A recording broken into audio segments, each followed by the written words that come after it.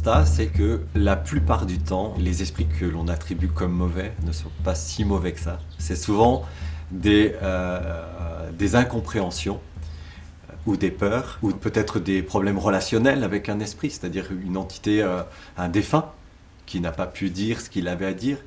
Et notre ignorance, notre peur des esprits nous amène souvent dans des peurs ou des jugements qui sont souvent mal qualifiés. Donc, si je peux donner un exemple,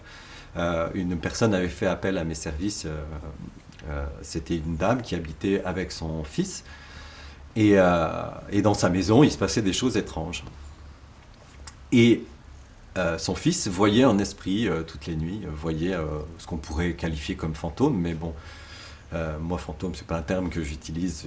particulièrement, en tout cas voyait un esprit chaque nuit, et au départ cet enfant le voyait dans ses rêves, donc il expliquait les rêves à sa maman,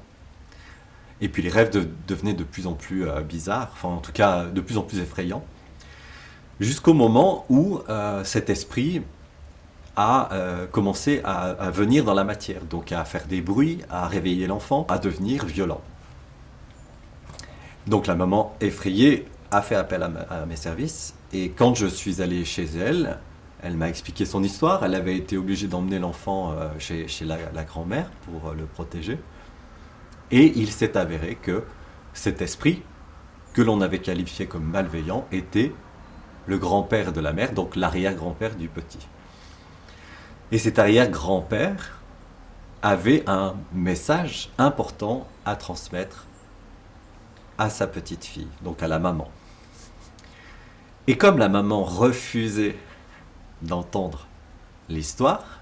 refusait d'entendre ce que son grand-père avait à lui dire,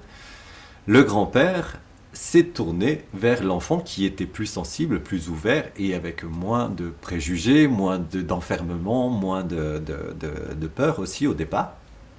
Et puis, la maman refusant toujours, donc l'événement a pris une ampleur démesurée. En tout cas, mon expérience m'a montré que quand on arrive à dénouer la situation, quand on arrive à comprendre ce que l'esprit a à nous dire, et ben on s'aperçoit que finalement il n'est pas si mauvais que ça, qu'il a fait de son mieux, en fait, lui aussi, pour essayer de rentrer en contact avec la personne.